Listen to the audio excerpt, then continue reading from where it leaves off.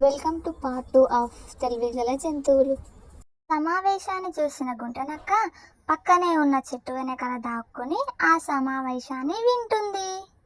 చాటుగా వింటున్న గుంటనక్క తూని పిట్ట కళ్ళలో పడింది. అప్పుడు ఆ తూని పిట్ట సమావేశాన్ని మలుపు తిప్పింది. తన మాటకారి మాటలతో ఆ సమావేశంలో ఉన్న జంతువులకి గుంటనక్క గురించి తెలియజేసింది. అప్పుడు ఆ జంతువులు మాటను మార్చి మాట్లాడడం ప్రారంభించాయి. అందులోని ఒక పిట్ట ఇలా మాట్లాడింది.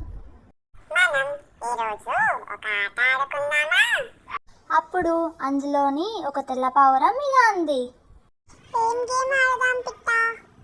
అప్పుడు పిట్ట అలా అన్ని జంతువులు కలిసి గేమ్ ఆడడానికి బయలుదేరాయి. అందులో చోర్